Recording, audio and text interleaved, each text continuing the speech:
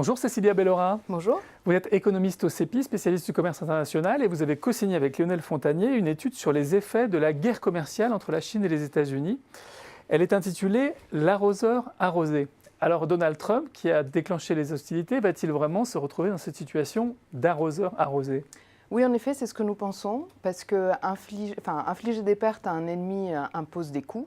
Et donc, ce que nous montrons, c'est que les mesures qui sont aujourd'hui en vigueur vont certes coûter à peu près 91 milliards de dollars à la Chine en termes de valeur ajoutée à long terme, mais elles vont aussi coûter 62 milliards de dollars aux États-Unis eux-mêmes. Le président Trump continue à dire qu'il est facile de gagner une guerre commerciale, mais en fait, nos simulations tentent à montrer que sur les 25 secteurs de production que nous considérons dans nos simulations, il y en a 20 qui seraient perdants aux États-Unis. Alors comment est-ce que vous expliquez que les États-Unis soient perdants de cette guerre qu'ils ont eux-mêmes déclenchée ? En fait, il y a différents effets qui sont en jeu. Le premier, le plus simple, c'est que la Chine a répondu aux mesures américaines en imposant des droits de douane plus élevés sur certains des produits qu'elle importe des États-Unis. Et donc, ces produits-là sont directement touchés. C'est le cas, par exemple, du soja américain. Mais il y a également des effets indirects. Le premier, c'est que, en fait, sur les produits importés taxés, ces produits-là sont utilisés comme consommation intermédiaire par certaines entreprises américaines, qui du coup, elles, vont perdre en compétitivité. C'est le cas, par exemple, des automobiles américaines qui sont produites avec de l'acier qui coûte plus cher du fait des droits de douane supplémentaires et qui, du coup, vont perdre en compétitivité face à des voitures qui sont produites en Europe ou au Japon où le coût de l'acier n'a pas augmenté ou n'augmentera pas, au contraire.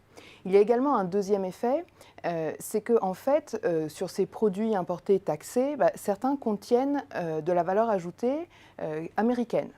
L'exemple le plus connu, c'est celui de l'électronique. On sait qu'il y a des composantes, par exemple des iPhones, qui sont produits aux États-Unis, qui sont ensuite exportés en Chine, où ils sont assemblés, où les téléphones sont assemblés, et ensuite les téléphones sont réexportés vers les États-Unis. Et donc, quand on impose un droit de douane sur les téléphones produits aux États-Unis, produits en Chine et importés aux États-Unis, forcément, on est en train de pénaliser aussi les producteurs des composants initiaux.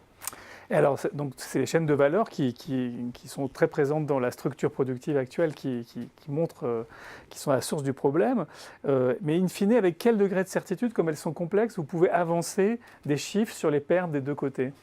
Alors, c'est vrai que on est aujourd'hui en fait dans un monde qui est complètement incertain. À la fois, la guerre commerciale et la façon dont elle est mise en œuvre génèrent une très grande incertitude et donc c'est très difficile d'anticiper l'ensemble des réactions de l'ensemble des acteurs économiques. En plus, on peut avoir de nouvelles mesures à tout moment qui en plus sont mises en œuvre assez rapidement. Et donc, ce qu'on a regardé, nous, c'est ce qui s'est passé depuis début 2018 jusqu'en avril 2019 inclus. Mais certainement, il va y avoir de nouvelles mesures qui vont être mises en œuvre très bientôt. À coup sûr contre la Chine, mais probablement aussi, par exemple, contre l'Union européenne, où l'industrie automobile, et en particulier l'industrie automobile allemande, risque d'être les prochaines cibles. Et donc, il est impossible de s'arrêter à un moment donné de faire une photo, mais vous êtes arrêté en avril. Hein, absolument, on s'est arrêté en avril 2019, donc il n'y a pas si longtemps. Oui. Et du coup, ce qu'il faut en retenir, c'est que nos chiffres ne sont pas certains, mais par contre, les mécanismes qu'on décrit, eux, seront vraiment là et c'est ça qui est important. Et on a un ordre de grandeur. Merci beaucoup, Cécilia Bellora, pour votre éclairage. Merci à vous.